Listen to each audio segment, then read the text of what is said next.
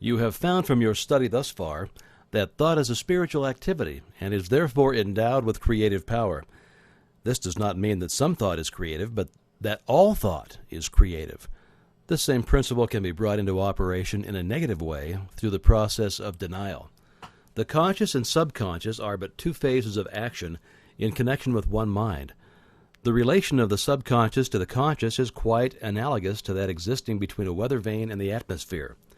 Just as the least pressure of the atmosphere causes an action on the part of the weather vane, so does the least thought entertained by the conscious mind produce within your subconscious mind action in exact proportion to the depth of feeling characterizing the thought and the intensity with which the thought is indulged. It follows then that if you deny unsatisfactory conditions, you are withdrawing the creative power of your thought from those conditions. You're cutting them away at the root. You are sapping their vitality.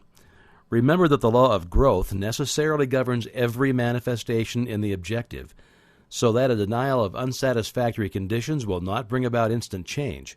A plant will remain visible for some time after its roots have been cut, but it will gradually fade away and eventually disappear. So the withdrawal of your thought from the contemplation of unsatisfactory conditions will gradually but surely terminate these conditions. You'll see that this is an exactly opposite course from the one which we would naturally be inclined to adopt.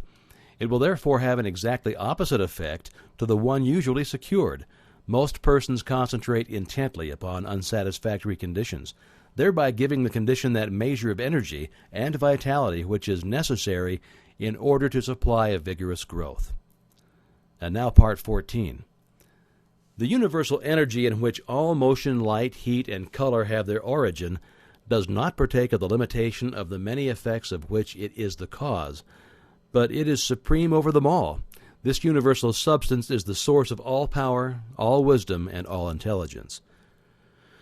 To recognize this intelligence is to acquaint yourself with the knowing quality of mind and through it to move upon the universal substance and bring it into harmonious relations in your affairs. This is something that the most learned physical science teacher has not attempted, a field of discovery upon which he has not yet launched. In fact, but few of the materialistic schools have ever caught the first ray of this light. It doesn't seem to have dawned upon them that wisdom is just as much present everywhere as our force and substance. Now some will say, if these principles are true, why are we not demonstrating them? As the fundamental principle is obviously correct, why do we not get proper results? Well, we do. We get results in exact accordance with our understanding of the law and our ability to make the proper application. We secured no results from the laws governing electricity until someone formulated that law and showed us how to apply it. This puts us in an entirely new relation to our environment, opening up possibilities previously undreamed of, and this by an orderly sequence of law which is naturally involved in our new mental attitude. Mind is creative, and the principle upon which this law is based is sound and legitimate, and is inherent in the nature of things. But this creative power does not originate in the individual, but in the universal, which is the source and fountain of all energy and substance. The individual is simply the channel for the distribution of this energy. The individual is the means by which the universal produces the various combinations which result in the formation of phenomena. We know that scientists have resolved matter into an immense number of molecules. These molecules have been resolved into atoms and the atoms into electrons. The discovery of electrons in high-vacuum glass tubes containing fused terminals of hard metal indicates conclusively that these electrons fill all space, that they exist everywhere, and that they are omnipresent. They fill all material bodies and occupy the whole of what we call empty space. This, then, is the universal substance from which all things proceed.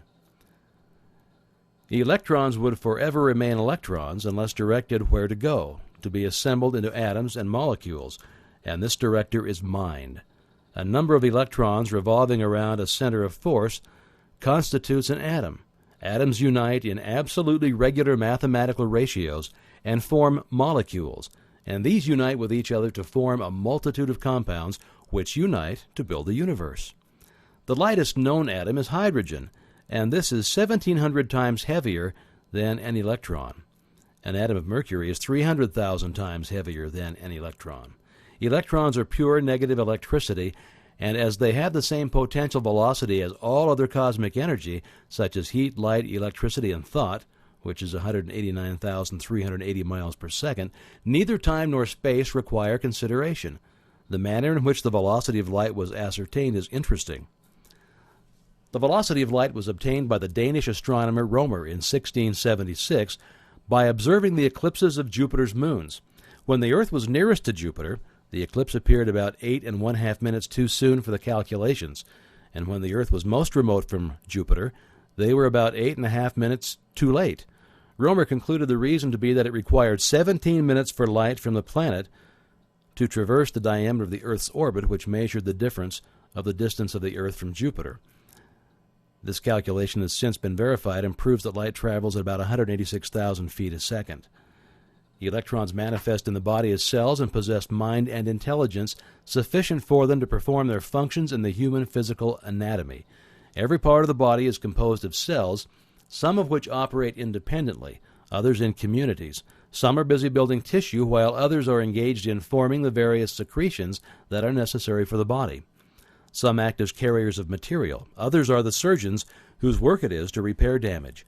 Others are scavengers, carrying off waste. Others are constantly ready to repel invaders or other undesirable intruders of the germ family. Now, all these cells are moving for a common purpose, and each one is not only a living organism, but has sufficient intelligence to enable it to perform its necessary duties. It is also endowed with sufficient intelligence to conserve the energies and perpetuate its own life. It must, therefore, secure sufficient nourishment, and it has been found that it exercises a choice in the selection of such nourishment.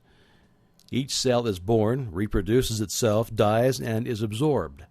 The maintenance of health and life itself depends upon the constant regeneration of these cells. It is therefore apparent that there is mind in every atom of the body. This mind is negative mind, and the power of the individual to think makes him positive, so that he can control this negative mind. This is the scientific explanation for metaphysical healing, and will enable anyone to understand the principle upon which this remarkable phenomenon rests. This negative mind, which is contained in every cell of the body, has been called the subconscious mind because it acts without our conscious knowledge. We have found that this subconscious mind is responsive to the will of the conscious mind. All things have their origin in mind, and appearances are the result of thought, so that we see that things in themselves have no origin, permanency, or reality. In mental, as in natural science, experiments are being made, and each discovery lifts man one step higher toward his possible goal. We find that every man is the reflection of the thought he has entertained during his lifetime. This is stamped on his face, his form, his character, his environment. Back of every effect there is cause, and if we follow the trail to its starting point, we shall find the creative principle out of which it grew. Proofs of this are now so complete that this truth is generally accepted. The objective world is controlled by an unseen and heretofore unexplainable power. We have heretofore personalized this power and called it God. We have now, however, learned to look upon it as the permeating essence or principle of all that exists, the infinite or the universal mind. The universal mind, being infinite and omnipotent, has unlimited resources at its command, and when we remember that it is also omnipresent, we cannot escape the conclusion that we must be an expression or manifestation of that mind. A recognition and understanding of the resources of the subconscious mind will indicate that the only difference between the subconscious and the universal is one of degree. They differ only as a drop of water differs from the ocean. They are in the same kind and quality. The difference is one of degree only. Can you appreciate the value of this all-important fact? Do you realize that a recognition of this tremendous fact places you in touch with omnipotence? The subconscious mind being the connecting link between the universal mind and the conscious mind, is it not evident that the conscious mind can consciously suggest thoughts which the subconscious mind will put into action? And as the subconscious is one with the universal, is it not evident then that no limit can be placed upon its activities? A scientific understanding of this principle would explain the wonderful results which are secured through the power of prayer. The results which are secured in this way are not brought about by any special dispensations of providence, but on the contrary, they are the result of the operation of a perfectly natural law. There is therefore nothing either religious or mysterious about it. Yet there are many who are not ready to enter into the discipline necessary to think correctly, even though it is evident that wrong thinking has brought failure.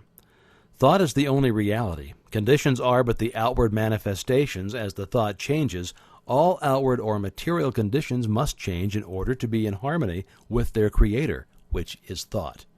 But the thought must be clear-cut, steady, fixed, definite, unchangeable. You cannot take one step forward and 2 steps backward. Neither can you spend 20 or 30 years of your life building up negative conditions as the result of negative thoughts, and then expect to see them all melt away as the result of 15 or 20 minutes of right thinking. If you enter into the discipline necessary to bring about a radical change in your life, you must do so deliberately, after giving the matter careful thought and full consideration, and then you must allow nothing to interfere with your decision. This discipline, this change of thought, this mental attitude will not only bring you the material things which are necessary for your highest and best welfare, but will bring health and harmonious conditions generally. If you wish harmonious conditions in your life, you must develop an harmonious mental attitude. Your world without will be a reflection of your world within. Now, for your exercise this week, concentrate on harmony. And when I say concentrate, I mean all that word implies. Concentrate so deeply, so earnestly, that you will be conscious of nothing but harmony. Remember, we learn by doing. Reading these lessons will get you nowhere. It is in the practical application that the value consists. Remember these words by George Matthew Adams. Learn to keep the door shut. Keep out of your mind and out of your world every element that seeks admittance with no definite helpful end in view.